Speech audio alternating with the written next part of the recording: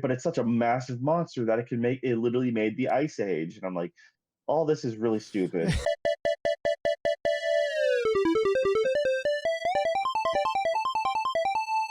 Hello and welcome to another Dead Pixel.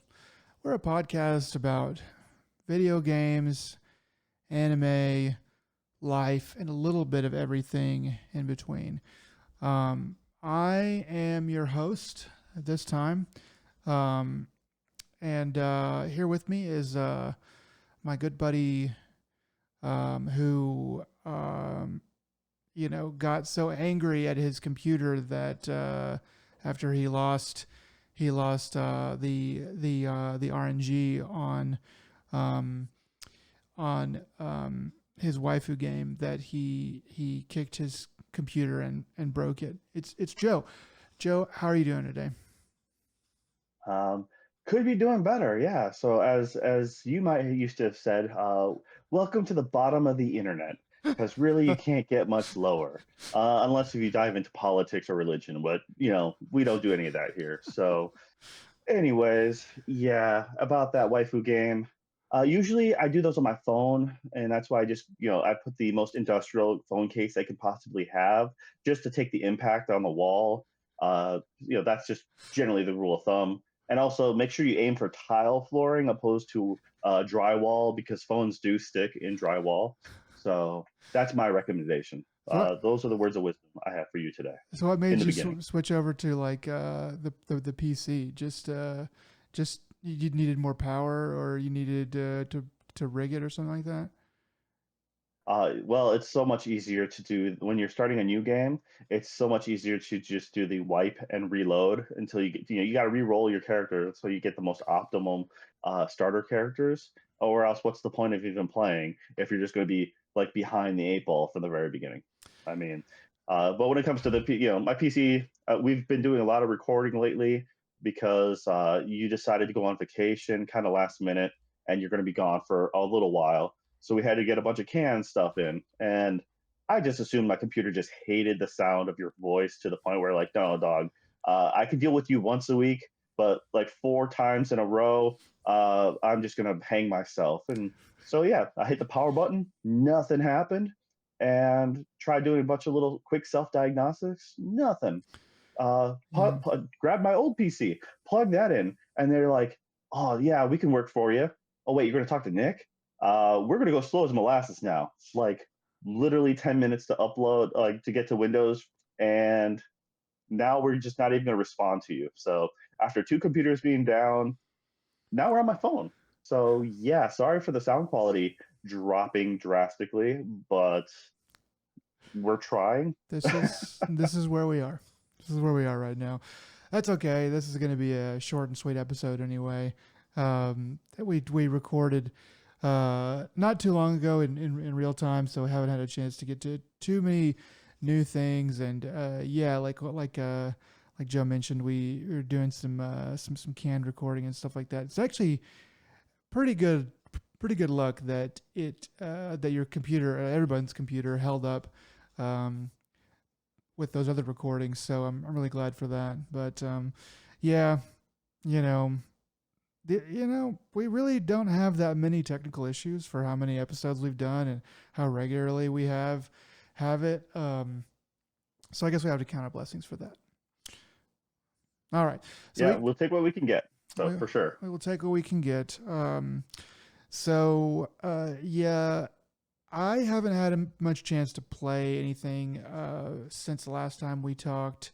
I did get a little bit further in Nine Souls, and like that game hasn't had very much platforming up into the point that I had been at. I mean, it had like it had like, okay, get here to do this, but it wasn't like what I would call like hardcore platforming. And I had just finished an area in that game that was like, we're not really going to give you very much in terms of enemies. We're just going to give you, but like, it's going to be like 95% like platforming. Just get here at this time, jump to the next thing, and do all that stuff. So So that it was really, it was weird because it kind of took a turn, but it was also very welcome because I'd been doing a lot of fighting and stuff like that, and it was just kind of crescendoed on some really hard, like a really hard boss. So it was nice to be able to put that away and just kind of jump around a bit. But besides that, I haven't had a chance to play anything. I don't think that you have either, right? I ended up just platinum the stories from Soul, Okay. Gundog. Yeah, I only had like one more major route to do.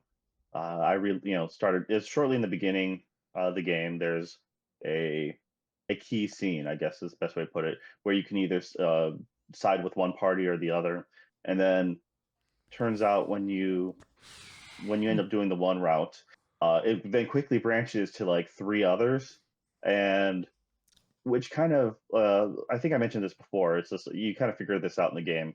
The key beats are still the same, so you still got the major objectives to do, but the story there is a new story, dialogue, interactions on how you get to those locations or how they solve the said problem, and then you still have the major, quote unquote puzzles or interactions to do.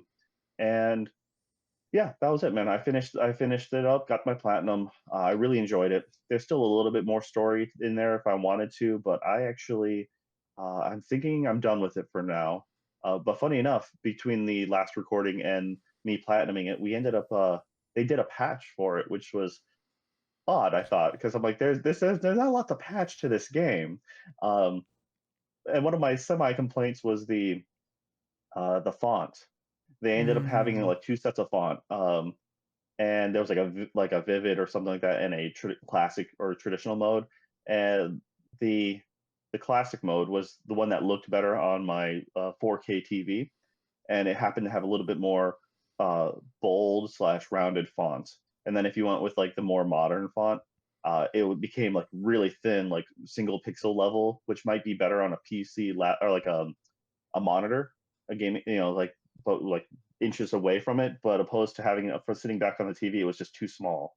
And then they added this new text feature that even said underneath it, it says like experimental on it in like parentheses. I forget what the actual title of the that font was or what they called it, but I actually ended up using it and I kind of liked it quite a bit. So I'm like, it was just easier to read overall. Had a little bit more smoother edges, so it could maybe not as old school computer tech kind of style, oh, okay. but it made it seem more like a comic-y, or font. Yeah, So the blocky computer text can kind of be hard on the eyes after a little while. So okay, that's good. That's good. yeah, and so that was funny. So they ended up patching that in, and I was just like, all right, well, at least there is still love for the game, and the developers are still doing something as minor as that. That means I hope that it gets to that sequel that we're all hoping for. Anyway, well, all 10 of us that have played it or whatever. But I mean, like I said, it's a really fun looking game. It has a great art style, uh, and if you like the old text adventure slash visual novel and or just old anime aesthetic, Yeah. totally up your alley. Well, I mean, as games go, it doesn't look like it was that expensive to make, and it's got good reviews, and I think it has quite a few players, on Steam. So there's probably a pretty good chance that it'll get a sequel. As good as anything else, I would think. So I hope so. I hope so. Um, Yeah, and especially with that the ending that the most recent ending I got, it gave a little bit more interesting ending to like the captain's story, and it's still. But once again, the thing is most definitely a part one, okay. without a doubt. There is not quite cliffhanger esque, but it is still very much a there is more to the story that is not answered, and it's not meant to be. It's meant to be like in round two. So uh, yeah, with any luck, fingers crossed. Last game came out in February, I believe. So maybe in a year or something like that. That'd be Next spring. that'd be pretty fast turnaround time, but yeah, that'd be really cool. Yeah, I mean, once again, I'm just hoping because I really did enjoy it. So all right. Well, So like yeah, now we've skipped what we were watching last time because we were pressed for time. So right, and did you want to it's go first on this one? yeah, and it's actually pretty good because it actually ended up being good because Um, I was going to talk about how I haven't been watching really very much anime. I watched a little bit here and there, but just kind of first episodes of some stuff we've already talked about. And then been watching Andor. I think I'm through like episode 5. I think there's, I think like 9 or something out now. So I'm kind of behind on that. And it's good, but it's also kind of slow. I don't really get to sit down and watch a whole episode in one sitting, but still, that kind of hurts it. But it's just a little bit slow. I'm sure that it will pick up and it'll be good once I can It's actually. supposed to pick up really good. That's all I can. I don't know the show at all, but I've just recently heard that it's like it the later episodes make it worth everything worthwhile. Yeah, yeah. So I definitely am not giving up on it. That's for sure. But yeah, okay, that makes me feel better because it is. You can kind of tell that they're setting stuff up. Where I'm at, like episode 3 was kind of like, okay, what are we doing? 4 more setup, and in 5 it's like more setup. So I think it will probably pop off. But that and then Last of Us season 2 is starting to become I don't know. It's the main characters, the main good girls, good guys, good girls. Um they they are really, I'm sure they're really great people in real life. But I have a theory that like a really really good actor, maybe even somebody that you don't even think that is all that good, but someone who's like a leading person in like Hollywood movies and stuff, they do a lot of the heavy lifting and they actually make other actors around them better. And I kind of think that without Pedro Pascal, that I forget her name, but the girl that plays Ellie is she's definitely come down in her acting ability in these most recent episodes. And then the girl that is acting next to her is pretty decent in her own right, but I have a feeling that she's probably somebody that she's also very young, and I think that she's probably somebody that has benefited in the past from more experienced actors kind of carrying the load. And so with those two together in scenes, I'm just kind of like, I don't know, they just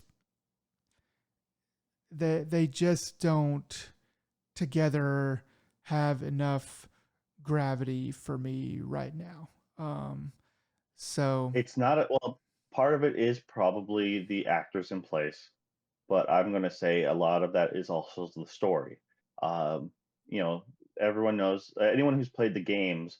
It's the part two has been a very divisive, thing. It's either polarizing. most people either love it or hate it, Yeah. and I'm not a fan of it. So I think no matter who you had playing Ellie, they weren't going to be able to carry that story because that story lost a lot in part two. So That's just my take. So yes, I think the actress, from what little I saw, part one, or the last season, first season of The Last of Us, like she wasn't really impressing me much in the beginning, mm, and that's like the easiest part to do good in. And so it's not surprising that maybe she can't carry the second part, but also in her defense, um, it doesn't matter who. I think this is bound to not do as good as far as that, because you're kind of giving them an impossible task, because it's just that's the story that's there.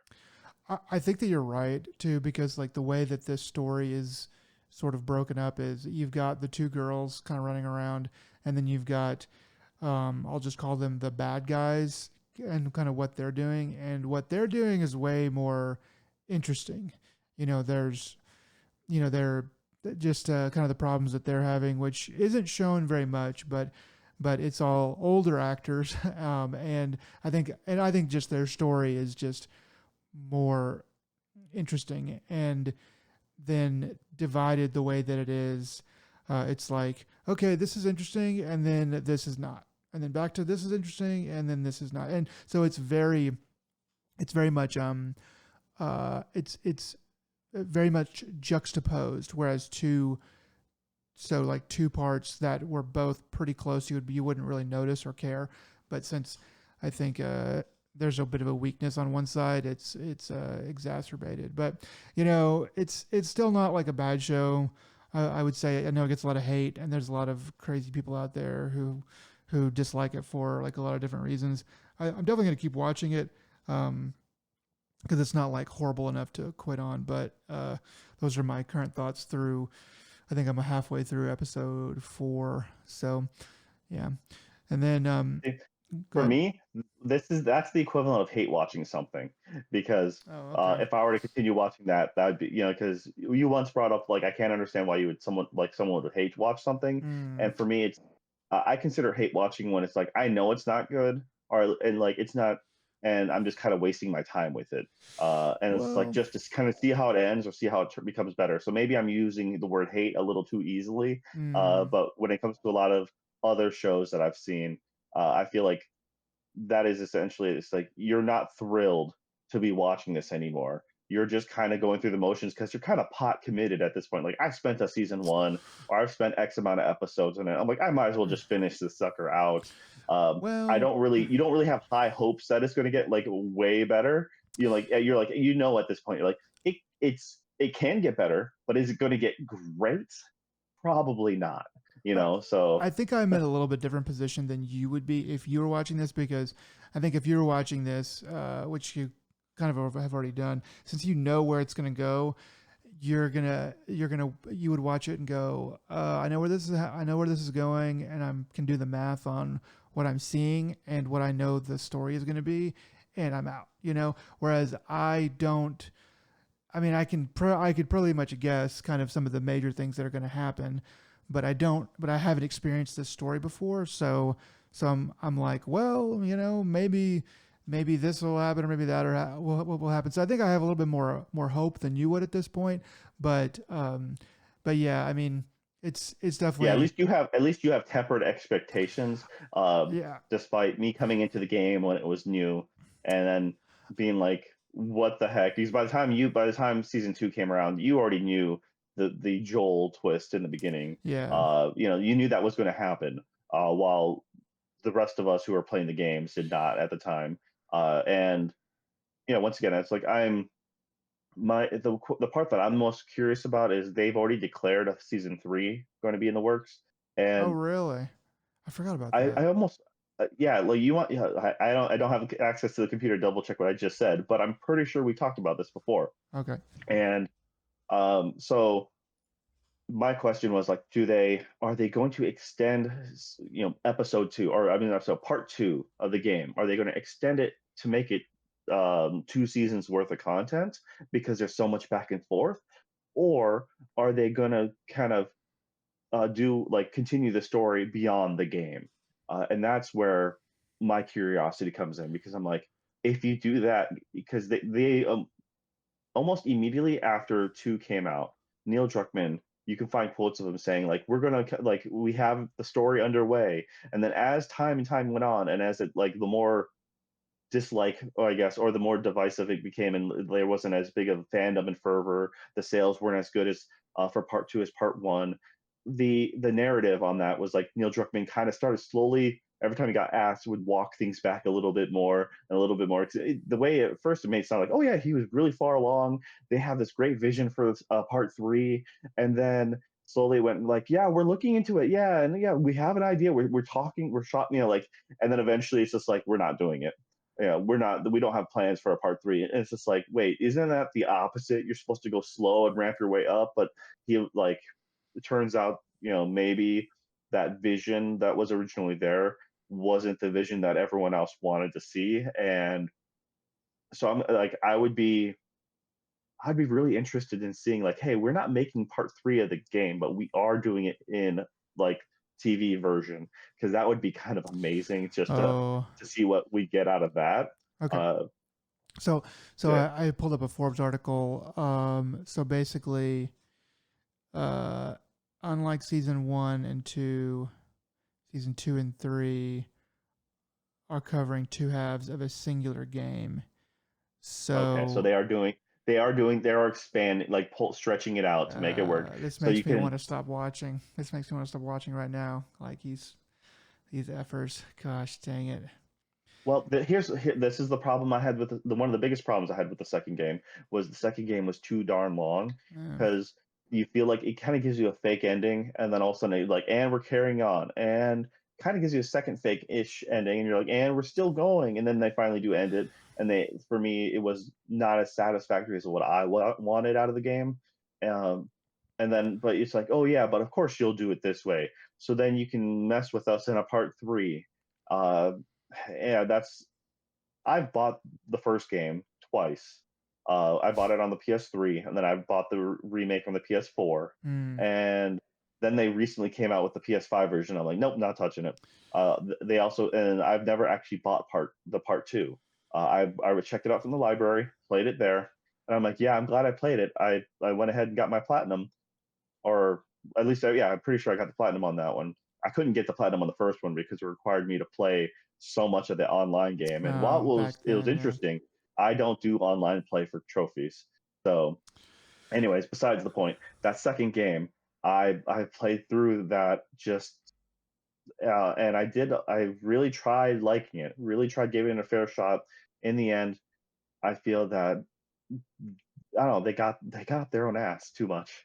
Yeah, they were trying like uh what they thought was the art of it. And I'm like, you killed off Joel in such a way, and then you're doing all these things that you think you're trying to tell us this is what we envision. And now slowly watching them walk things back and change things for the TV version, and Yeah. I'm like, yeah, clearly you have such high artful morals. I don't. I'm just very much upset with Neil Druckmann about this particular property.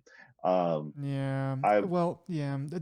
That and like right now they're also saying that season 3 won't even begin filming until sometime in 2026.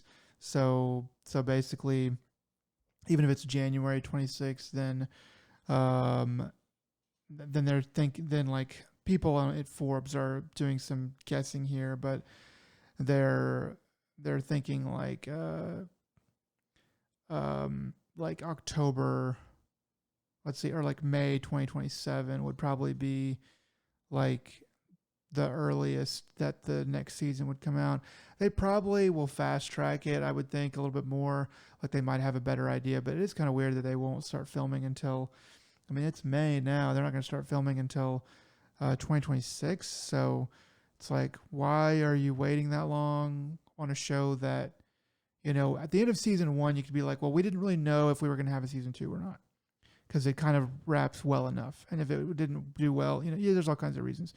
But you're intentionally doing season 3 as a second part of the second game, which the story you already know, and you already know that you're going to do it. So I don't know why you're not filming right now, or why you didn't, if you need winter scenes, why you didn't go ahead and plan to start filming in January or whatever, the most recent, January wintertime period. So it's a little bit odd, but I mean, like I don't know. I kind of feel like this part might actually not be that big of a deal. Like there may just be a miscommunication. But yeah, See, in like my brain, if it was any other company like the old Netflix, I would be saying, "Oh yeah, this is where they hold their breath and they're going to cancel them." I mean, granted, this isn't Netflix, or at least the old Netflix, which used to do that quite often. That I mean, you're not as I wouldn't be so worried about that because kind of they're committed at this point to finish out this story. I think I don't think there's not as much of a worry well, to here's the other thing is maybe they were like, okay, we're making a decision to get rid of we're making a decision to get rid of Pedro. Um, that may not work. Like we're making a decision, we're taking the flyer, and we're gonna do it like the game. And so, yeah, look at us go. But they're gonna be like, but we're not gonna schedule filming for season 3 until we are sure that the ratings are holding up. So they might be waiting until toward the end of whatever they're trying to do here in season 2 before they go, okay, now spend a bunch of money. Because I mean, if Pedro was out and so like literally half of their audience or more was like, okay, I'm out, because I didn't know this, then I could definitely see that being a factor. But I don't know. It's a weird one. It's odd. But yeah, the way that they're kind of backpedaling and stuff is it's sort of irritating. I don't know. I was kind of I didn't realize that they were going to cut this story into 2 seasons. I really wanted this second season to be done because now I just feel like they're madmening us and just stringing us along by splitting. This is just take another 6 months and just do the whole damn thing. Give me I more. mean, there's probably a fiscal year issue with it, right? We Uh, have only so much money per in our budget to yeah, spend per year. Now this is the new time. Now we can, that's once again, that stuff behind the scenes, I don't know, but yeah. either way, season, part two was already too dang long, and now you, as a viewer, get to also realize it's too dang long. Well, But hey, they might be able to correct it and make the show better. There's always that guy, that outline. the silver So lining too is that I might actually have time to play the games before the second half of the second game comes out on HBO. you're not gonna play it. Don't Yeah, even pretend. yeah, for Watch sure. it. Watch someone else play it. Is what you're We'll gonna get, do. All we'll get, right. it will be like 4 episodes into the final season, and I'll be like, I think there's still time for me to play it. All right. So what I have been watching besides that, I guess, is the NBA playoffs, and I was going to talk about this last time. Just gonna kind of say, I've been watching the playoffs. I really like basketball. I really like the NBA, and there's been kind of a lot of I don't know, just it's been kind of normal so far, but but literally just yesterday something came up in the world of sports in the world of basketball that I wanted to run by you and see what you thought about it. Now, of course, I'm going to give you only the facts that I want you to have, but can you confirm that you're not really a follower of basketball? Oh, I don't give a damn. Okay, No, okay. not in the slightest. We don't Yep. have to say it that way, but anyway, just simply yesterday would have I've been been fun. so far removed from basketball that like I think the last time I cared about basketball was '01, where I was a foreign exchange student and Wisconsin the Bucks were doing good, and so one of the You're welcome. Japanese Yeah. teacher, the PE teacher, the hard ass, he was like the one that everyone was feared, and also he was the basketball coach. Went, oh, Wisconsin Bucks, and I'm like, yes. And then the next day he handed me some VHS tapes that apparently of the live games that were going on, and I'm like, he's like, Wow. and I'm pretty sure he was like 76ers fan. I'm like, oh, really? Yeah. I'm like, okay. And so we were like I would watch him and talk just because I something to watch, but also I'd talk to him. And that guy would then later on like be friends with me. He like tried high fiving me one day as I walked by him, and I'm like, I bowed to him because I'm in a Japanese school, and then I'm like, oh snap, I just left him hanging. Okay, so next time on the way to a gym assembly, I like he raised his hand, I high fived him, and 200 classmen mid run just stopped, looked at me like I was some like superior being, and like you just did what? And it was just like, yeah, Senpai it was a des. fun, yeah. That's the last time I was really a basketball fan, just because it helped me. And the Bucks were like doing good; they made it to the playoffs, but like they didn't do good enough, but they did good just to make me look good. So yeah, like yeah, thank you, Bucks. So earlier this season, my team, the Dallas Mavericks, did something incredibly uh, incredibly suspect. So they traded um, the second best scorer in the league last year, like the best scorer in the league, and like another little piece for an aging player at that's in LA, and then another equivalent like little piece, and like a guy that's pretty much.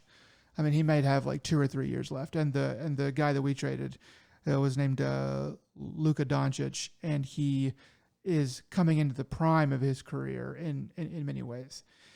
And so it was such a bad trade that at the time, ESPN analysts, when they saw it come up on their feed, they said that they thought it was a that the person who reported it, they thought their account got hacked. Like they just unequivocally were like, "Oh, poor I forget who reported, but like poor Andy, his account got hacked. Yeah, dang, sucks for him. He's got to get that fixed." But then they found out that it was that like the guy had to like retweet his own tweet or respond to his own tweet and say, "No, this is real. This is real. This is not a joke." And so yeah, so traded away our best player for peanuts, basically, and it was very strange. Now, so that's the first part to hold in your mind. Now, people are mad. People want the GM, the general manager of the Mavericks, to be fired. Then all this stuff. But what else was weird about it is that usually when a player like this gets traded, they get shopped. So it's like you basically put them out to auction and you go, hey, league, we want to get rid of this guy. Who wants to give us the best deal? And then teams compete and stuff like that. They didn't do that. It was just a backroom deal between Dallas and the Lakers. Nobody knew about it. Like basically just the owners and the GMs. Like no players. Like nobody knew about it. And so it was just this blindside thing that happened. Okay, so flash forward to May 12th. The lottery, the NBA draft lottery, is being decided on May 12th, and the Dallas Mavericks have a less than 2% chance to win the number one pick in a draft where many people think that this guy that is at the top of the draft is a generational talent. His name is Cooper Flagg, and he is considered to be the best prospect to come around in a very, very long time. So the Dallas Mavericks have a less than 2%, more than 1%, but less than 2% chance to win the number one pick. And lo and behold, they win the number one pick. So with all that in mind, I don't know. Like, to me, it just seems like, okay, Joe. So what do you think about it? Do you think, is there anything about that strange to you at all? Uh, Texans, like their politics and sports, are crooked as hell. Okay, we all know this, so it's fine. I mean, uh, yeah, I don't know. It sounds very suspect. Without a doubt, I was suspect to begin with. I just assumed it was blackmail at first. That or some uh, we trade you the second best person for your aging character, and we also happen to now have new private jets. Wow, what a coincidence! Something like that, something on the side, that they must have collected, either the GMs and or like the owners, whatever. Uh, Yeah. that first part sounded weird. The second part also sounds really weird, but also you're talking to someone who, as we joked about in the beginning of the game, waifu games, has super bad RNG, just astronomically bad RNG. Okay, so funny enough, I still play Nikke, the same people who did Stellar Blade, Mm. and I was just like, there's literally an event where it's like you have a 4% chance of hitting an SSR. Out of that 4%, um, so 1% is guaranteed to get this limited character that's supposed to be for the event. So you have 25% chance to technically get that. It's like, and then it's like, and for me, it's like everyone else is like literally like out of that 25%, everyone else is like a less than a 3% chance, or roughly around a 3%. Uh, if you hit an SSR, I ended up hitting like 5 or 6 after like so many attempts. Not a single one of it is the new special character that you're supposed to have a 25% chance of hitting. So when I do hit an SSR, I'm like, no, you get this garbage character or someone else, just someone off the wall. I'm like, the hell is going on here?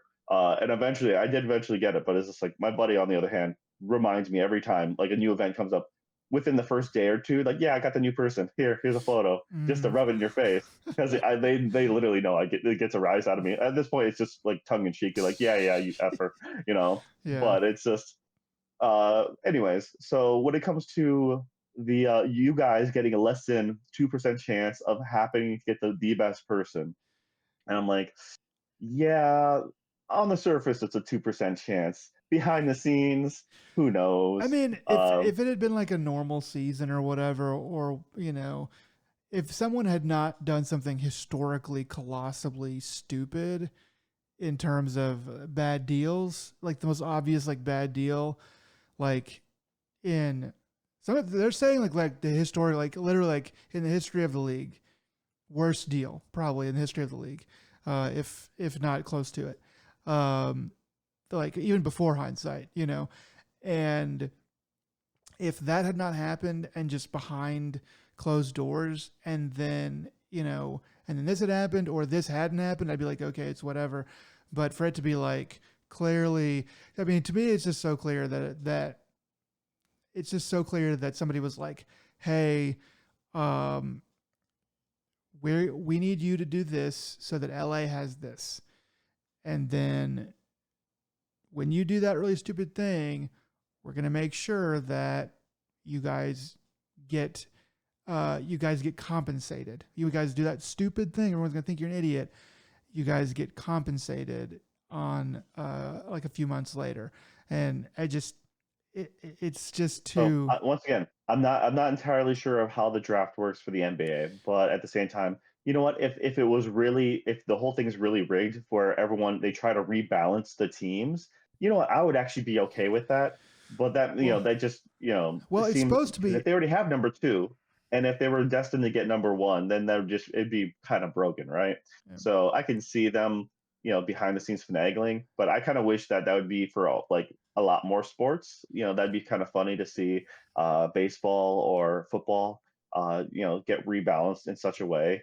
But that's kind of also the if you have the money, it depends on the league, right? Depending on what sport. Some sports you let you pump in as much money as you want for the most part. Yeah. Some have a cap, so it's one of Yeah. those. The cap is there to try to balance the teams, while other people or other teams are like, well, we have the budget, so we should be able to afford to buy the best team. Um, so I mean, depends on how you look at it, right? Yeah. So Yeah. I mean, in this case, it's I don't really have a horse in this race. yeah. I mean, it's ping pong balls. So that's why they say it's impossible to rig because it's just ping pong balls, and it's like, yeah, I think that. We've People have done that with the American lottery. They have rigged the American lottery in the past. They may not have gotten away with it at the end, or some maybe have. I Who mean, knows? But I like everything. I mean, like everything is riggable. If like it's run by humans, then somebody's controlling something. So it's yeah, it was just very very strange. Me and my friends were talking about it, and I brought it up this morning. They were like, yeah, it's got to be rigged. It's just too that there's plenty of times in the NBA lottery. There's been plenty of very strange um, circumstances in which teams have won the number one pick when they had low chances and stuff like that. But there's a lot of times where it's like, well, it doesn't make sense why to rig it to make a really good player go to like a very small market team, because because it should be, if it was rigged, then it'd always be LA and New York that get all the best players, and it's like, well, they kind of do get a lot of good players anyway. I think that I'd have to look at the numbers, but my suspicion is that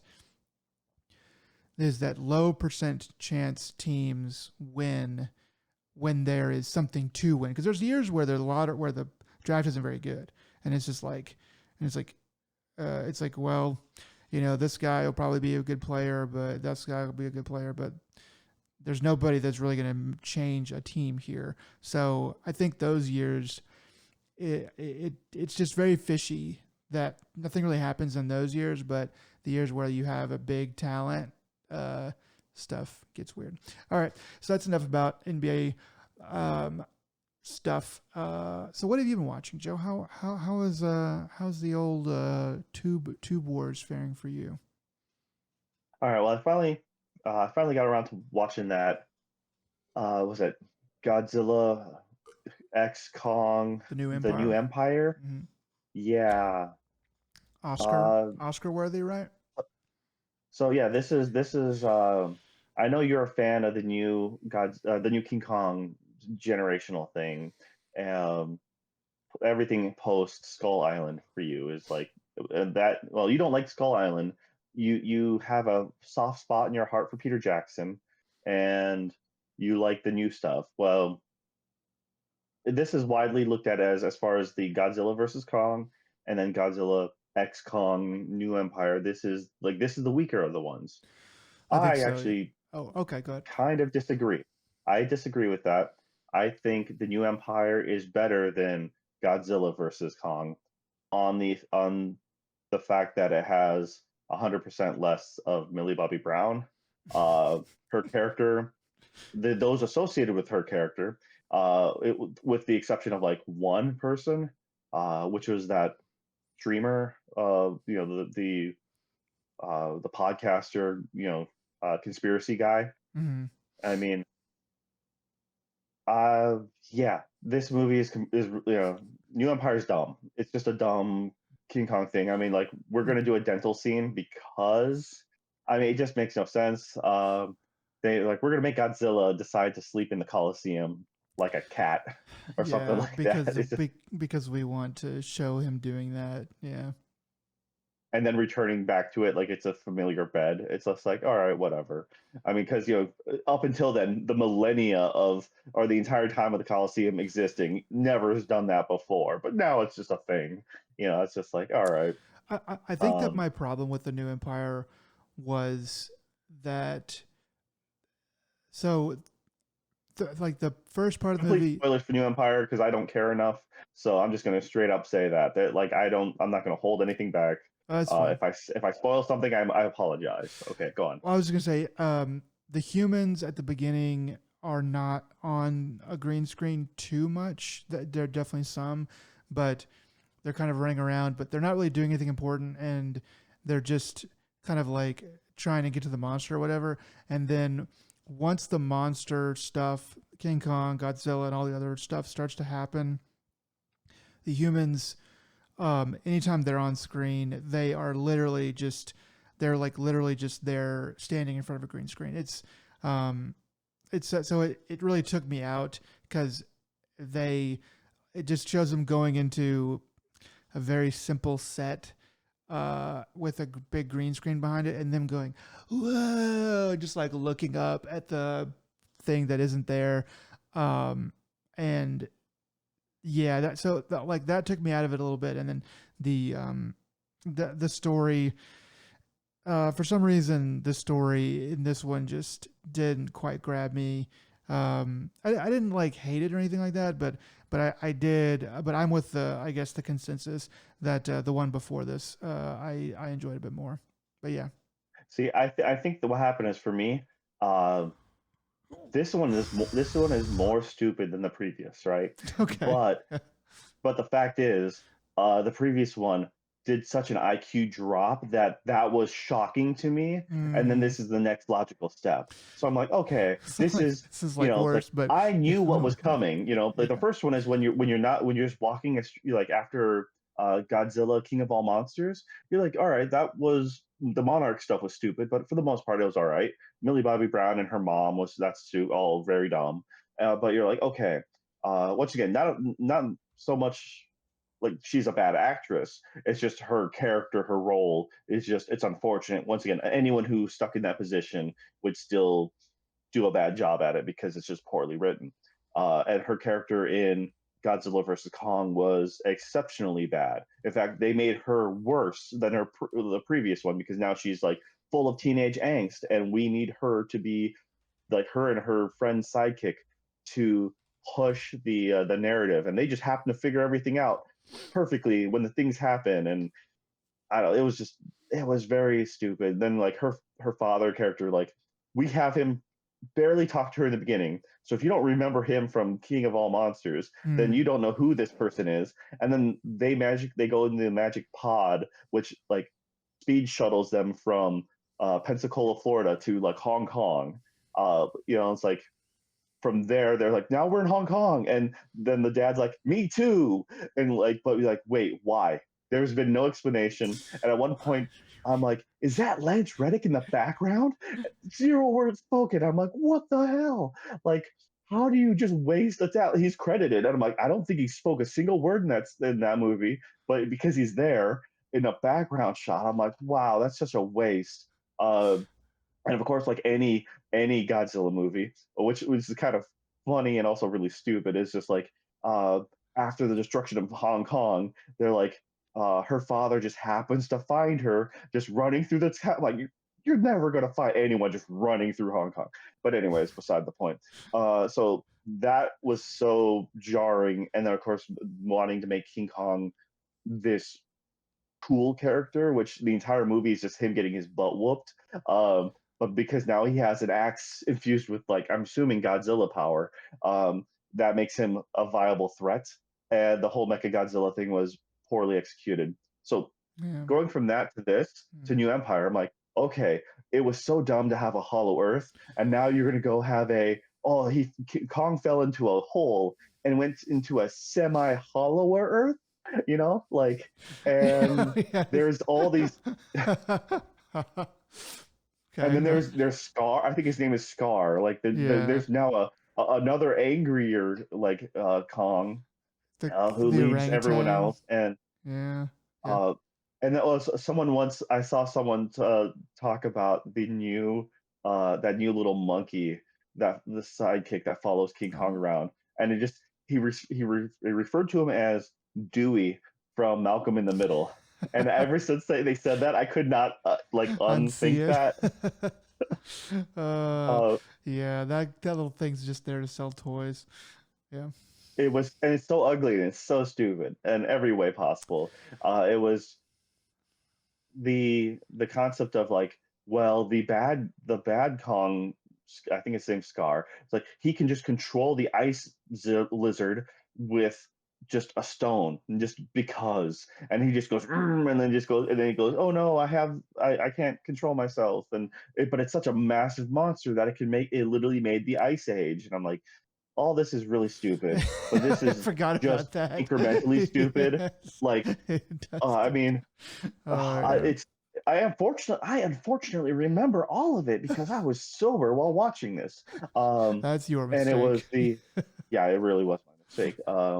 No, like and then I love the fact that the guy who does the dental work, Yeah. we're gonna have him. We need someone to be a Bradley Cooper, but not Bradley Cooper, We can't and afford so Bradley they like Cooper, but yeah.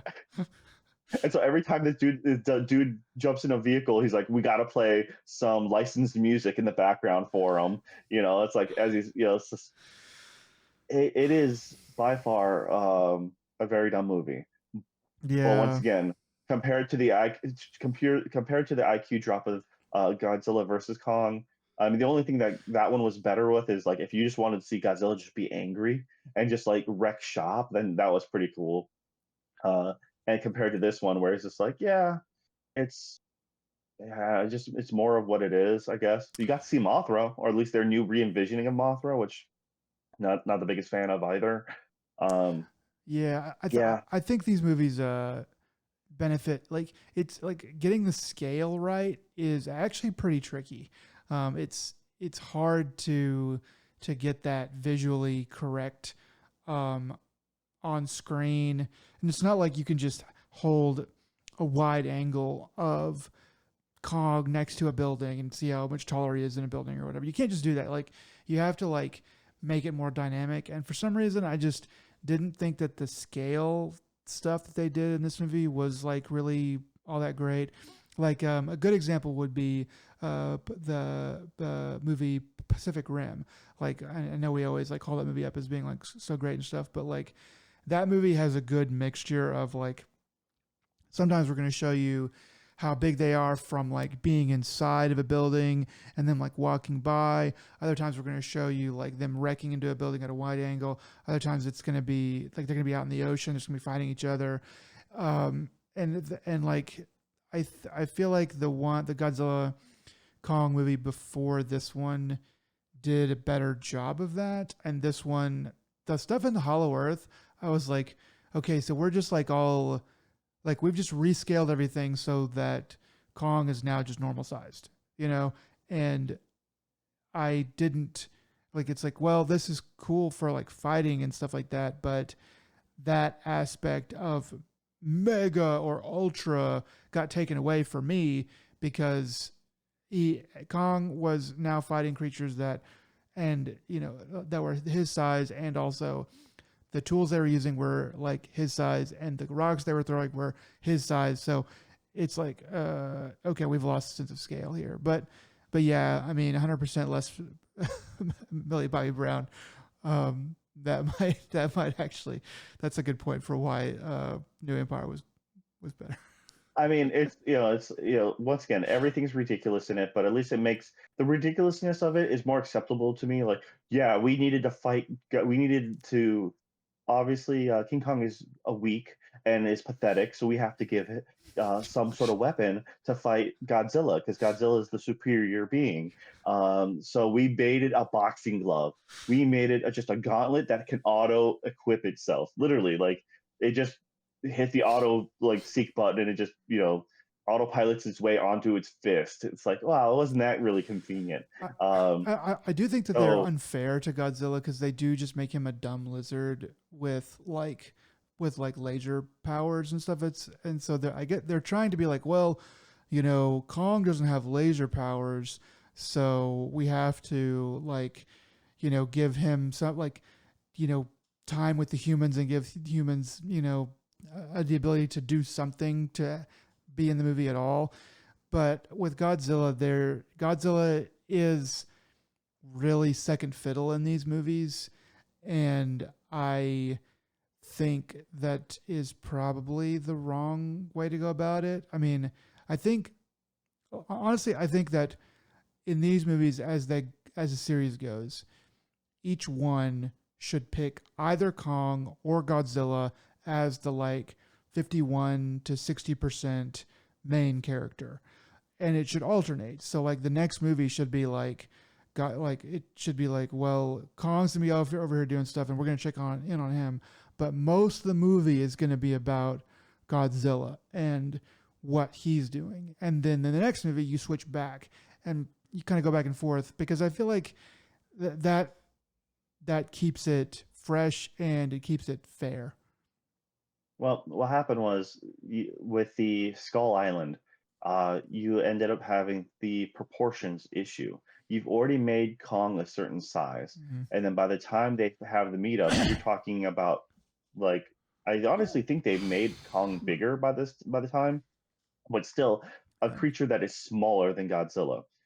And if you want, what you're talking about scale? Yes, you have the whole. You kind of have Hong Kong for scale towards the end of Godzilla versus Kong. The thing is, and I'm forgetting what year it came out. The Bryan Cranston Godzilla. 14. Uh, that sounds appropriate. Mm-hmm. That one I generally really like it because it has a great sense of scale to it. Godzilla's barely in it in the grand scheme of things. Very few pop-ups here and there in the beginning. Is mostly the first half of the movie is just a looming threat, just an entity, Mm-hmm. and they have other monsters there as well. And that's when you see like Vegas destroyed, and you literally see like the opening of a hotel door, half of the crumbled room, up on the 20th floor or something like that. And then just in this background, you just see these massive monsters. Or as the troops parachute into do the hill jump into San Francisco, which is still probably one of my favorite scenes especially in Godzilla film, but in recent just films in general. It's just a really cool scene, and that gives you a kind of an idea of scale. Plus, you're following the people, you're following the crew, the teams, and just in the background as Godzilla's fighting things, you're like, that is the scale of how massive these colossus are, you know. Mhm. So that was the benefit of that. The other, the only other, but it is a little slower. It's more just kind of dry because of that, and you don't have the fun monster, fights. While they made the more the series went further, they're like, we're gonna make Godzilla more and more uh, aggressive. King of all monsters. All right, you got that covered. And then with Godzilla vs Kong, you're like, yeah, now he's just really a territorial, like alpha dog, literally just growling and biting at anything it has the opportunity to. And that's the kind of thing they pull into New Empire. They're like, something appeared on the surface, and now Godzilla's booking it from one corner of the globe to the other, just to be like, you're on my yard. Like Yeah. it's very much a more brutal instinct, because it was just, they kind of hint that in the very first Bryan Cranston one too, because they're like, well, he senses like it's trying to rebalance the power, but like Godzilla just kept quiet. There is a monster, there is something there. Godzilla's going to come up, mess it up, and disappear again. That was kind of the vibe, but now it's just like, no, no, now it's just, it likes the sun. Godzilla just really likes chilling on the beach or something, like just it's going to be out there for everyone to see, and you're just going to have to deal with it. Which I do kind of find it funny, because my son was watching New Empire and being like, it's like, is Godzilla the bad guy? Or no, it was Hong Kong. So it was the Godzilla versus Kong. It's like, is Godzilla a bad guy? I'm like, not really a bad guy, buddy. Just Godzilla's so big that no matter where Godzilla goes, Godzilla will destroy a building. You know, like they can't, like you can't walk through that city without just crushing something. It's Mm. like it's not really doing it out of like anger. It's just like, but it is going to beat up that other monster. So that's exactly it. Anyways, King Kong. The joke, the concept is King Kong was American made, so therefore, for the American audience, you have to have Kong be the focal point. I find it funny that your whole thing, your whole big toy endeavor is like, Kong now has a boxing glove because he got frostbite and now his hand is broken. And it's just like, I guess that's one way of putting it into like, you might as well just give him a prosthetic limb at this point. I mean, but maybe one with guns. There you go. There you go, full tech into it. You I like mean, the way, we built Kong a gun and he has like a Glock and it's just like dude, dude, just make it Andy Circus from Planet of the Apes, and then be like, it's like, hey, you already got Godzilla in Fortnite, but give King could, Kong make King Kong smaller, and then but make King Kong carry a gun, and then just ride a horse or something. I don't know. could you imagine Uh, Andy Circus in this? That would be great. That would be but yes, I would love that. okay. So yeah, I watched that train wreck of a movie and still went, hey, you know what? This isn't as bad as the other one, but this isn't good at all.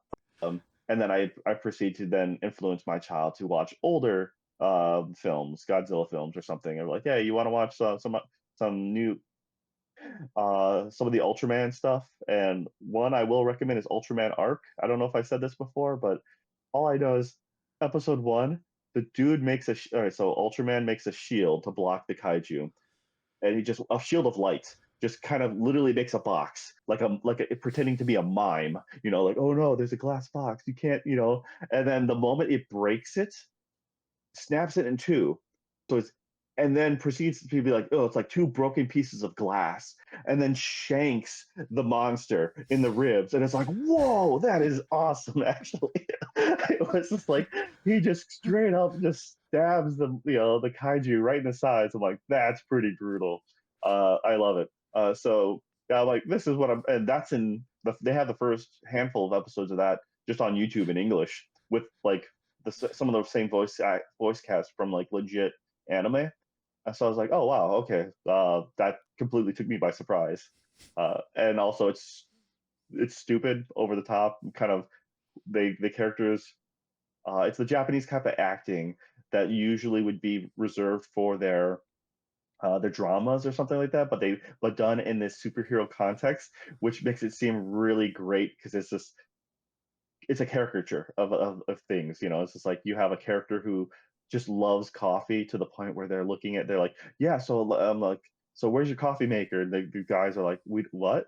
Like, oh, you don't have a coffee maker? Or fine, I'll just take some instant coffee. They're like, like you have no coffee, and then proceeds to have like a breakdown because they need the coffee they need their coffee fix, and it's just like this is a weird quirk to have your character government character be like, but okay. And then but other any other scene, that guy with glasses who's just like the smart one, but very by the books and official, and it's just like yeah. So I'm like, watch that. If you're gonna want a stupid good time, just watch something overly acted and overly dramatic, like the new Ultraman arc, and skip uh Godzilla Kong New Empire.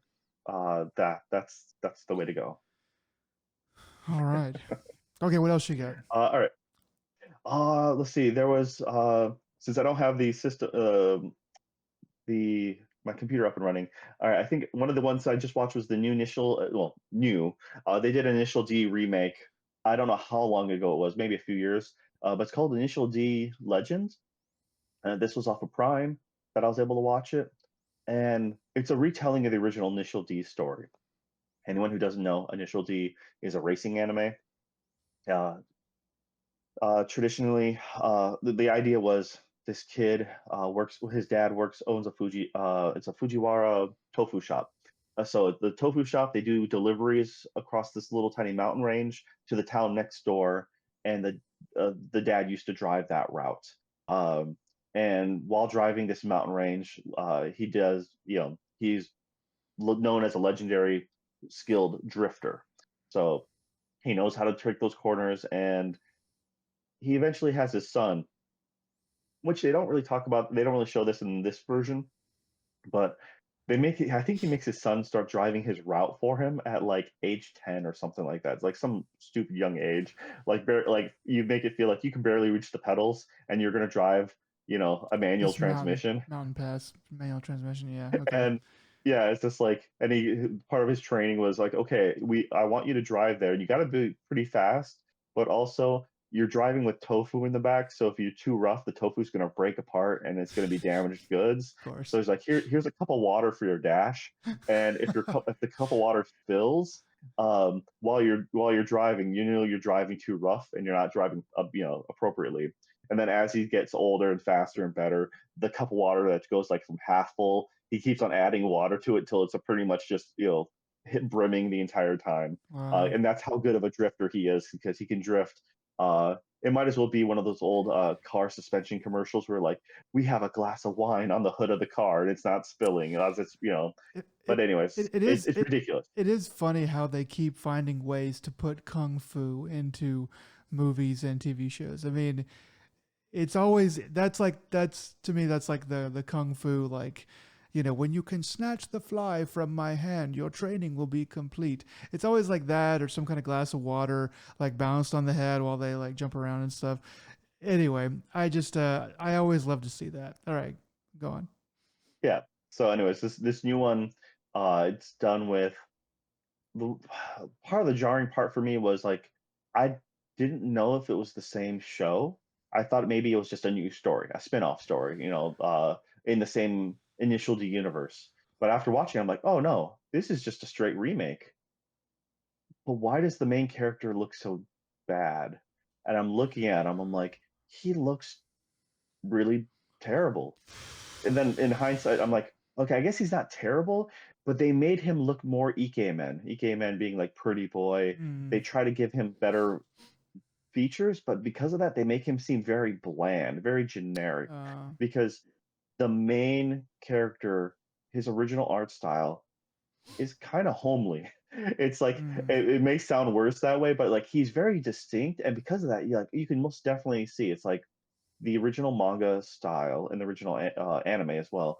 Like a lot of the characters have lips is the best way to say it, and it's really weird coming from like anime, but yeah. like they give them like interesting facial features, and it's almost like a quirk. Like it's one of those things that when you look at that art style, you immediately go, "Oh yeah, I know where that art came from." That is their style. Mm, And by changing the main character, like his best friend is still almost identical. Same stupid like high fade sides, into his haircut, same facial features, same lips. And like you're like, why does the main character look so different? Like they're trying to make him look prettier for the mainstream like audience, And they kind of do the same thing with his like the main love interest too, Mm. because she also has she is supposed to be the cute character, but at the same time she also has that unique art style, and they kind of erase those features of their face to make it more pretty for a modern era. And I'm like, oh, this is just kind of wrong. And I'm like, it really, to my core, bothers me uh, because the fact that I actually do like Initial D. I give it a lot of crap, but I've gone through the manga years ago as a kid, and the anime has been around since like I don't know the anime is probably at least late 90s, Mm. early 2000s in one form or another. And then the most recent thing is like the MF Ghost series. Mm. Uh, so I generally like, it's like that art style because you know what to expect. And then for them to make it different. And also, it has like part of the big fun of the Initial D, the original series, is the racing scenes. A lot of Eurobeat music going on, uh, which is kind of a love hate thing for it. It's just like it's the hallmark of the series. Is the best way for me to explain that. Um, you may think it's cheesy and you may kind of scoff at it, but at the same time you're like, but yeah, but it works, and it is part of the series. They completely do change it up, and they put in generic, I don't know, rock or something, and it fails horribly at the with this new Legends series. They also add more computer CG to it, so some of the Mm. scenes just kind of look jank. Um, because the other fun part is the way the cars are drawn. Like it's meant to reflect the manga, so it has a lot of like harsh speed lines, or like the cars look very weathered when coming around, drifting around a corner. You'll just have additional lines going across the hood, going across the sides, and it's almost akin to when someone does some sort of the I'm trying to think the art style from like Borderlands or Legend of Zelda, uh, the GameCube one, and I'm drawing my blank on the name of that, but it's that cell shaded look. It's when it's kind of so it almost has some of those same hallmarks where you have the dark outlines and you have some like weathered panels. So when you kind of take that away and you're making it look cleaner, and you're taking away the Eurobeat and you're just making it look, it's almost more sterile because it's almost paint by numbers, anime by numbers. It's like we need to make it for the modern audience. This is how it currently is. We're using current CG because that's what we do now, especially as a cost cutting, corner cutting method, instead of trying to draw these by giving them a more hand drawn feel. And Mm. it's just, especially when you're playing some of the, initial D arcade games or even the old console games, and you have that better weathered, cell shaded look, and you're watching this anime, and it's like this doesn't have any of that warmth. It feels very much like a blatant cash grab, and it's hard to get into. Yeah, So that's kind of what I think is going to happen with like AI and stuff. As we get more and more computerized, everything,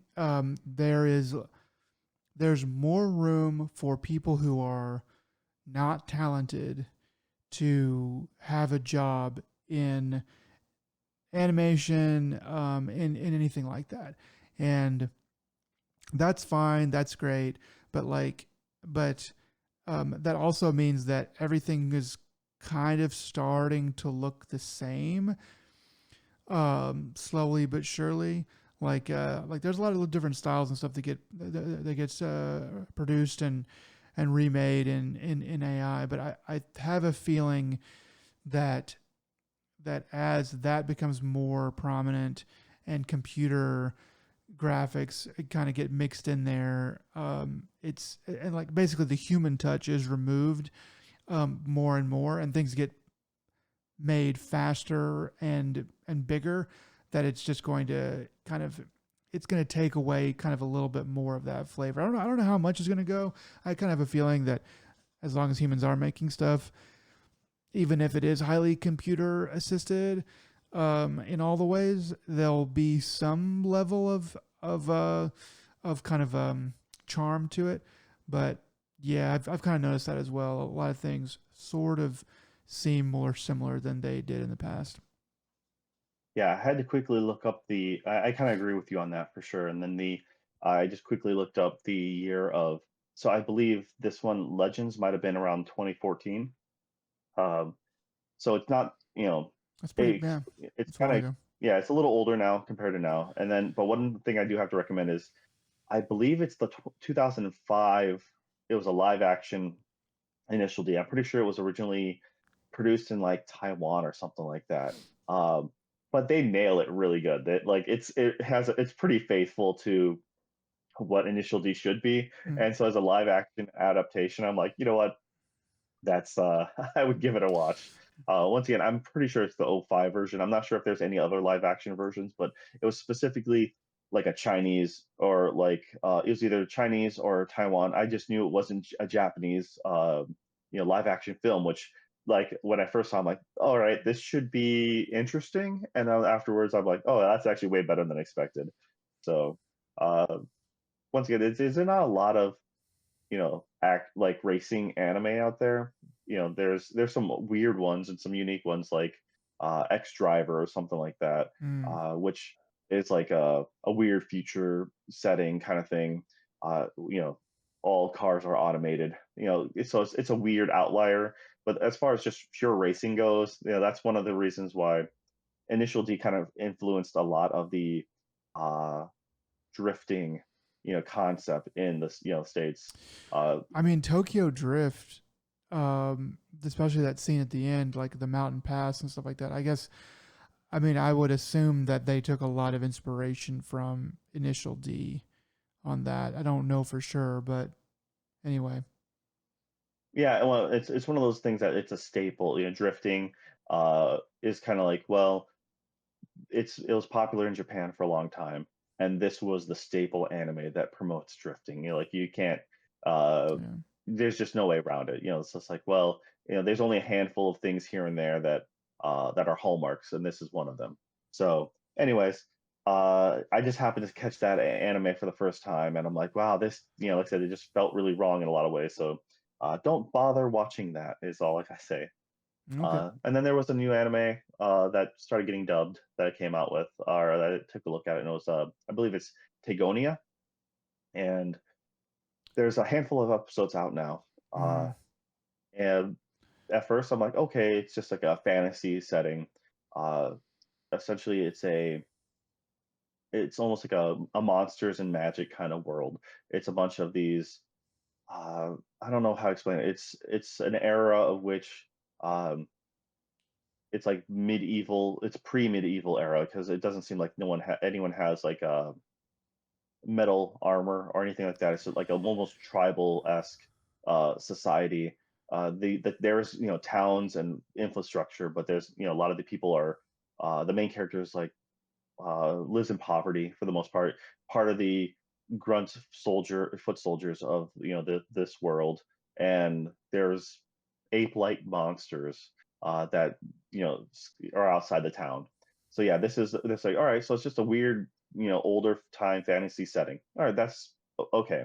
And so him and his troops are out there fighting weird monsters, like these ape monsters, and then there happens to be like one of their military generals or something like that comes down, and he has apparently the blessings of a land god, which gives him uh, kind of tribal markings on his face. So something akin to a tattoo, just like magically appears on his face. He has super strength, and he's blessed by the local god. And different people in different territories have their own gods that give them blessings. Uh, and apparently, after they beat up the monsters essentially, was it like that old Anthony Hopkins movie where like you got to eat the heart of your enemy or something like that? They kind of do that, but instead it's like a shell. It's like a coconut. Where like, okay, and you can drink the nectar kind of and get a little bit of power boost. Like that's how you get your XP in this world. And I'm like, all right, this is going really hard in a certain kind of fantasy. I'm like, okay, I'm okay with this. And then at what's like the main character happens to get injured during a battle and winds up separated from his crew, and winds up in a remote area after falling down like a river. And he's expecting himself to die due to mortal wounds, but he nestles up to a nice big tree, Uh, but next day, lo and behold, he survives and his wounds are healed. And it turns out he might be blessed by said like one of these land gods that happen to be reside nearby that giant tree. Which makes it, I'm like, all right, this is all going fine as a neat little fantasy.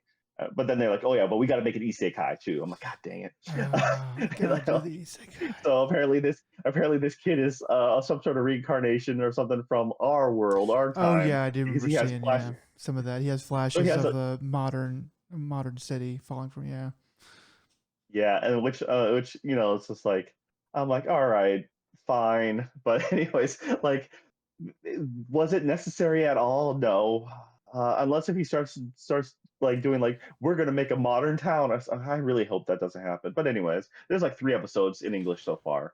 Um, it's fun. It's all right. This kid turns out he's learning his powers, getting a blessing. He's trying to understand what he's able to do. He's trying to keep it kind of on the DL.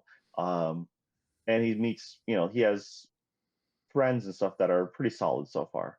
I mean, no one's really obnoxious. There's no real annoying antagonist. There's no real antagonist at all, other than like just enemy monster, tribes or something like that. So it's like, all right, uh, so far so good. Like after 3 episodes, I'm like, you have me interested, uh, and I'm okay with this. But once again, it was just like I was so hoping that it was just a regular, fun fantasy, and then they're like, no, no, isekai. We got to throw that in isekai, and I'm like, what is the point of this? It's not like I don't know. It's just money. everything has to be isekai. So, so all right. Okay. Uh, yeah, without getting too much into it, like that's the episodes progress at a steady pace so far, and um, it's just funny because him and his friends, they all seem super stoked and super happy to live the most like the impoverished peasant life.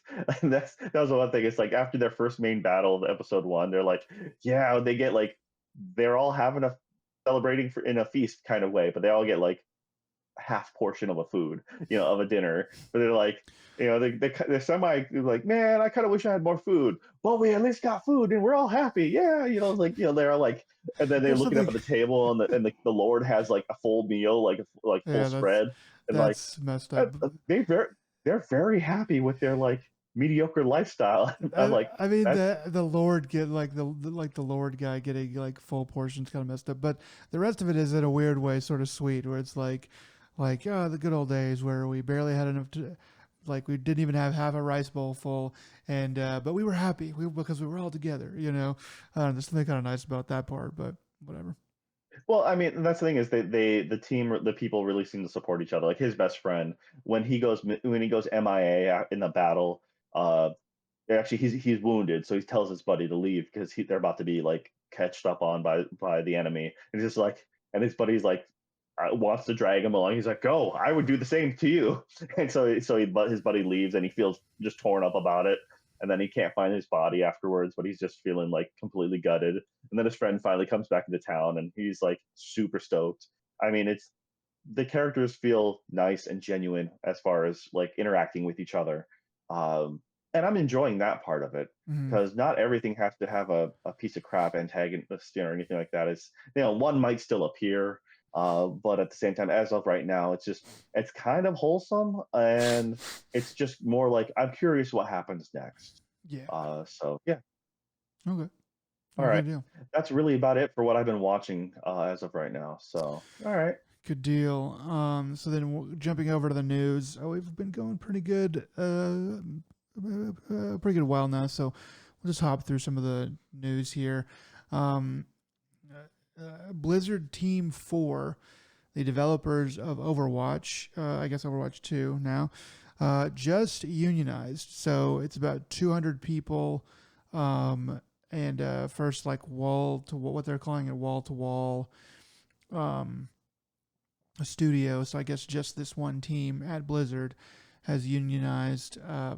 So we'll see how that goes. But also, uh, in related news, in a weird way, parent company Microsoft laying off 3% of its workforce. This is over 6,800 people. and the last time they had layoffs, it was like 4%, like 4 and change, like 4.5% their workforce, and I think that was back in 2023. Um, so yeah, so anyway, I just kind of found it funny that Blizzard team was unionizing while Microsoft was laying people off. So Do we know exactly where Microsoft was laying off the people? Was that I specifically in think it's spread like out gaming, or was that across? Okay. because I think it's spread out, and I think it's over Microsoft itself rather than specifically like just gaming. So I think like all the all the pies that they have like fingers in is where they're going to be laying off different people. I mean, I didn't realize this, but like it's like Microsoft is over 200,000 people that they employ. So I was like, oh dang, that's actually a lot. So yeah, but yeah, that is some of the stuff going around in the industry. And then more news on GTA 6, kind of. So GTA 6 moving out to May 2026 is causing like a whole different set of developers to scramble around and reconsider their launch dates. Notably, Battlefield 6 is planned to launch in March 2026. So I think that they're probably okay, but if they slip really at all, then they will kind of end up into the blast zone of GTA. You definitely don't want to get into May or maybe even late April, or else people are going to be like, well, I'll just wait 2 weeks, 4 weeks, whatever, and spend my money on GTA. That and then Dad, you don't have to worry about it. I'm willing. I'm almost willing to put a bet down for the fact that like it's not coming out in May. It'll come out in like August. It's going to get pushed back. You know, oh yeah, but it's nice. um, It's nice for the for Rockstar to let everyone know at least it's not coming out probably any sooner. So like, yeah, you got till May. But my money is going to get knocked back at least one more time, a few months, and see a quarter that at least. that is another thing that developers have been worrying about is like, well, what if it gets like, what if we put our release date behind it again, coming after May, and then it gets pushed back, and then we're just like playing this weird game of chasing, running away from the GTA monster. Um, Yeah, it's a cat and mouse for sure. Yeah. yeah, then Jason Schreier was talking to another studio that was unnamed, but it's a big multiplayer developer, and they were saying that they, for many reasons, mostly to do with like development issues, had pushed their game out of the fall 25 zone into spring 26. And I think like pretty close to like that May date.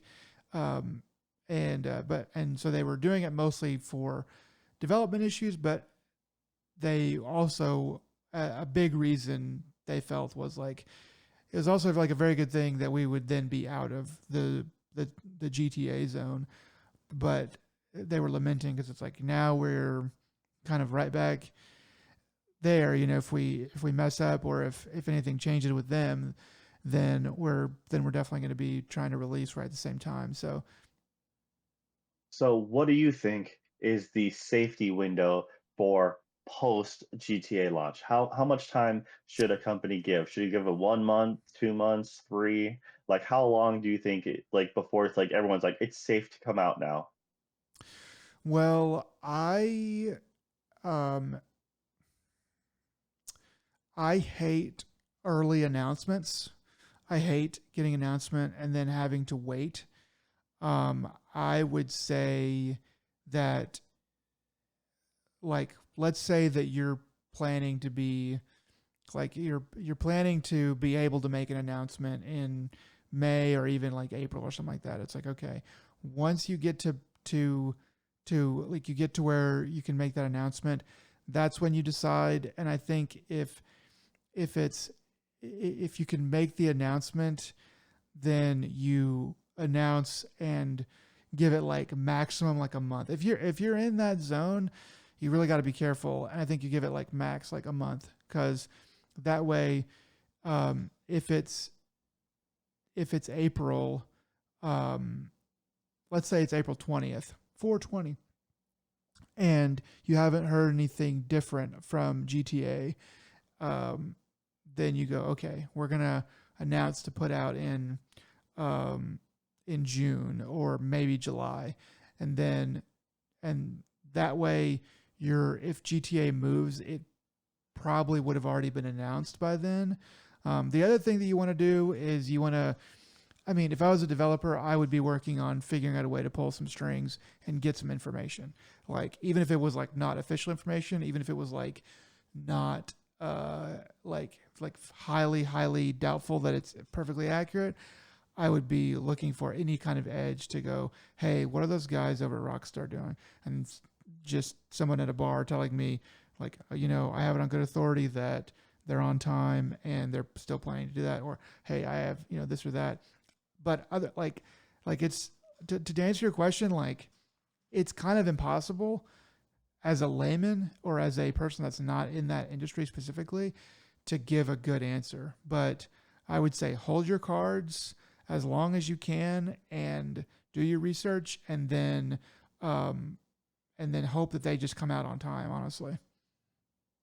So yeah, I think I've unless if your game is very similar to Grand Theft Auto in scale and type, I think generally speaking, about 1 month post release is a good spot. The soonest you're going to want to drop your game. Mm-hmm. Uh, if you look at it like kind of like Hollywood blockbusters, generally speaking, the first 3 weekends is where you made the majority of your money for box office. Mm-hmm. There's exceptions to those rules, but unlike as far as a global launch goes, if you've uh, whatever you see out of the first 3 weeks, that is generally going to be the largest intake of your revenue, and anything else that will quickly drop off very quick. So I think the same thing goes with Grand Theft Auto.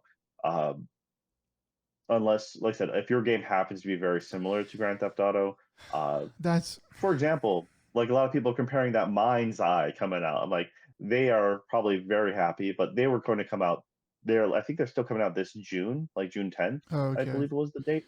So the only concern was at the time, uh, rumored to be this fall was going to be Grand Theft Auto 6. Mm-hmm. And, but still unknown if any earlier or later or whatever. It was just still very ambiguous. I'm like, well, now they don't have to worry about it at all. And they can Yeah. even push their game back if they want to and still be safe if by a few months and not have to worry about it. So if anyone else, if I was going to release my game of X, Y, or Z, I'd say, okay, well, no sooner than June 26th, you're right. It's like so probably July, the beginning of July. And if Grand Theft Auto had to push their game back, chances are that if they had to push it back, they'd probably push it back more than just a single month. They'd probably do like 2 or 3 months. And then I have to worry about, is my game coming out too soon before Grand Theft Auto? Because once again, it's Uh, about uh, a month either way well, I is safe. mean, like my stuff, like my thinking is for like if you're just some random indie game that doesn't where your demographic is totally different from what GTA. I think you're pretty safe, in and around like a month and stuff like that. But if your game is similar to GTA in key ways, then on like if it were me, then I would want to stay 6 months on either side of GTA. Maybe three, because and definitely no closer because I just feel like it would suck all. It's just gonna suck all the air out of the room, and you're just gonna be like, people are just gonna be like, well, this isn't like GTA or whatever, or I'll just wait for GTA. If it's very close at all to that date that they're gonna release. Like honestly, I think that your that uh, any studio that was looking at making a GTA style game in any way probably looked at it and was like, hey, when's it gonna, like, when will we be getting done? Well, if we started this, we'd be getting done probably right about the time that GTA might be coming out. I think any studio that was looking at that would be like, okay, just put that one on the back burner and we'll just like we'll develop for it, but very slow play it, and we'll see what happens with that, because to me, I just wouldn't want to go anywhere near it. Yep. And I mean, considering the fact that it broke so many records last time it came out, I so mean, it's going if to be like the biggest release probably in games ever whenever it comes out, right? it'll make news again, guaranteed, Yeah. guaranteed to make news again. So there's more people gaming now than ever, and there's a lot of people excited about a new entry. I'm very curious. And I think it has a lot of potential.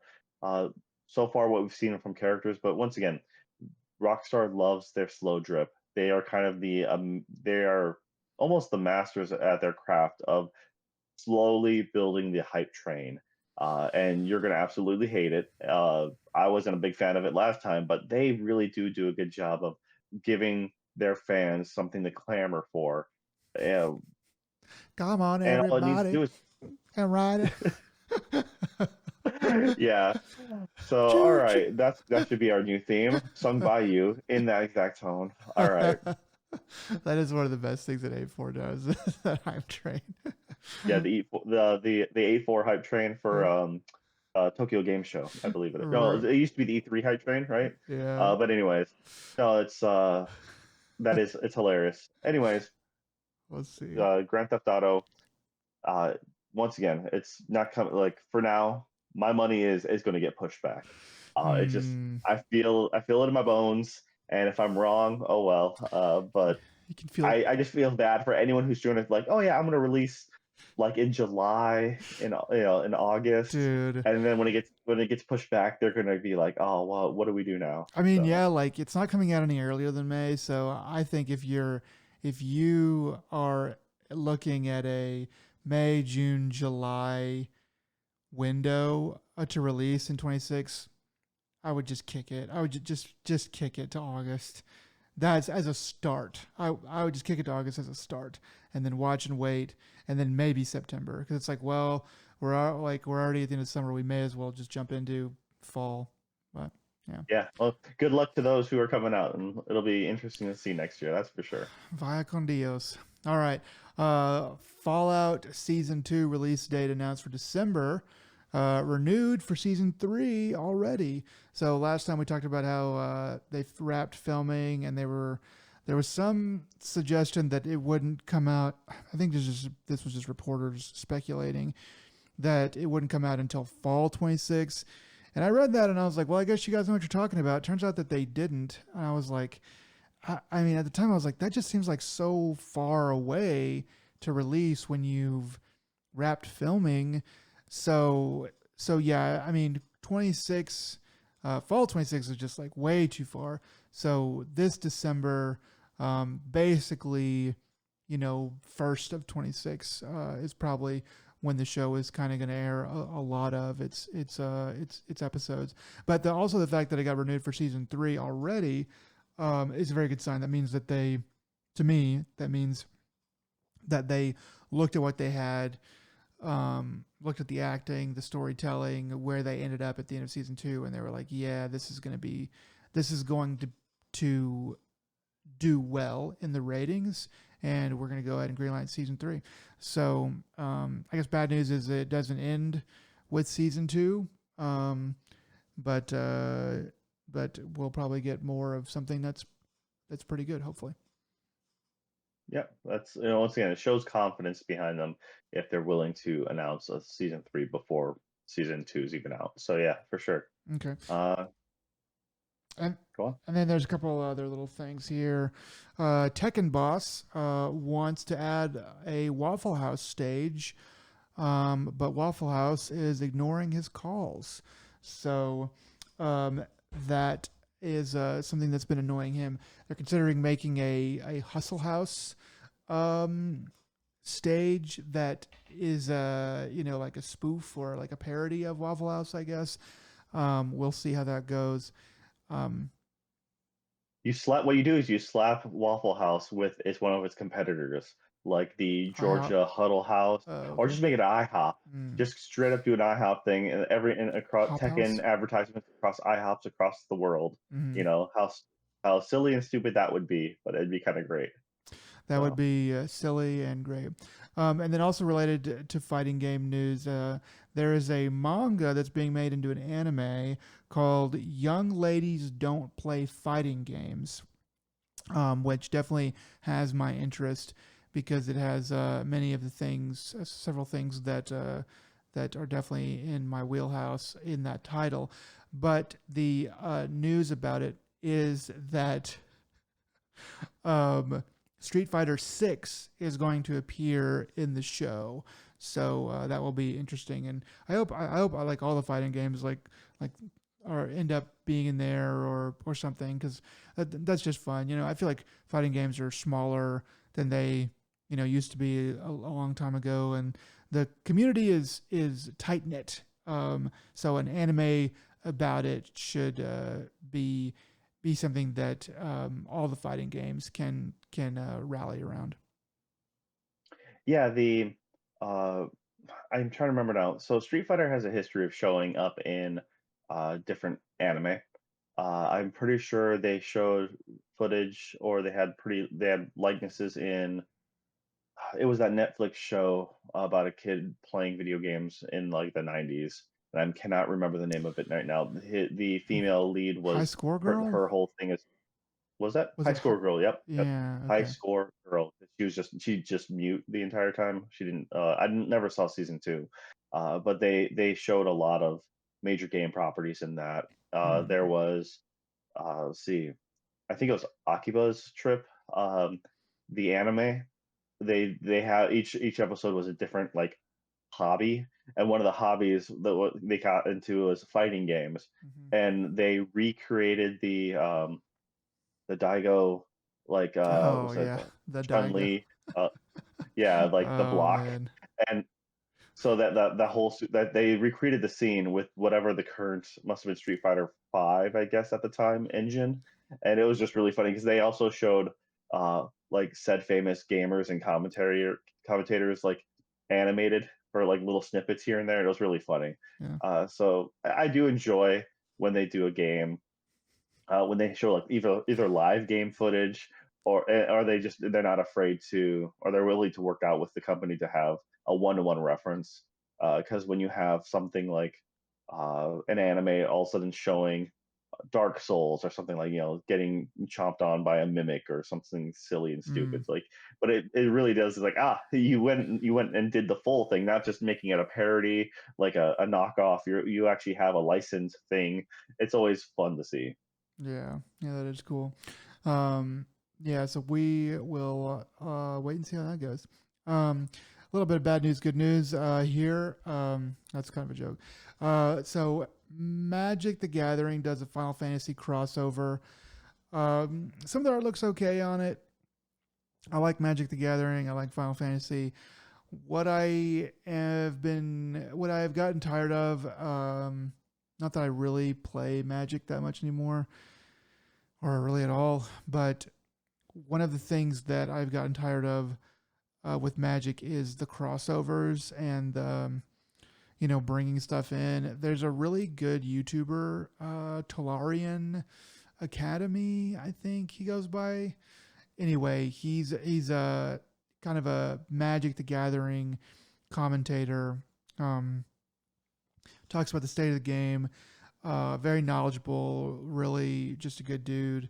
And he a couple of years ago I was watching some of his videos and he was like, "Look, the lore for Magic is actually really important. Like he brought up some of the newer books and stuff like that."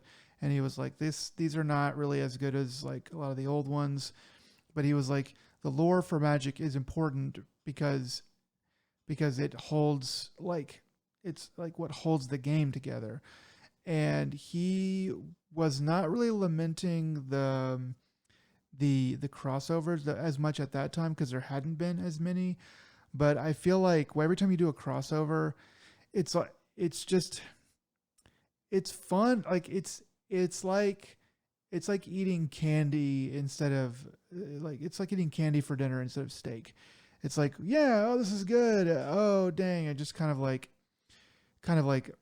threw the serious part of this game out, or like the deeper part of this game. It's like, hey, here's this, you like these characters, we're gonna make some cards that do the same stuff as all the other cards, but it's gonna have your favorite character from this other thing on it instead. Now pay like $600 for a holographic version of that. So it's just, I don't know, like it seems fine, I guess, as far as like the way it's being executed, but I wish Magic wouldn't keep doing it, because it might actually get me to come back and play the game, because they did like a Harry Potter version sort of a couple of years ago, and I think they've done other ones more recently. But yeah, so that's just me ranting on that one. And then other thing, Helldivers, apparently a big new Helldivers patch has dropped, featuring new Illuminate enemies, weapon customization and progression, and it makes changes to the Superstore. So you and I will be jumping back into that at some point in the future, I imagine. Yeah, once I figure out what's wrong with my PC. So, and once you get back from vacation. No, Helldivers, I mean, the Luminant were already a step above the rest as far as difficulty goes. Oh yeah. And so I'm kind of curious to see what new enemy types there are now. And it should be interesting. I know they've kind of had some weird new lore stuff that I've just not really been, you know, big into. But it's kind of been neat them changing the map a little bit. Uh, yeah, I'm kind of curious to see how this plays out.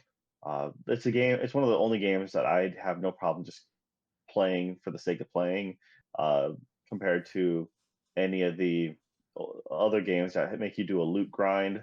This is like, no, it's pretty much everything's just on a certain level cosmetic. They do have some fun new weapons here and there.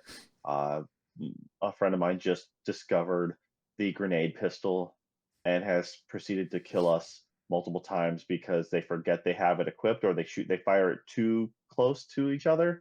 And yeah, so it's a learning curve. While the explosive crossbow is actually really strong, it has its perks. So I mean, once again, it's a fun Hawkeye. game. Yeah.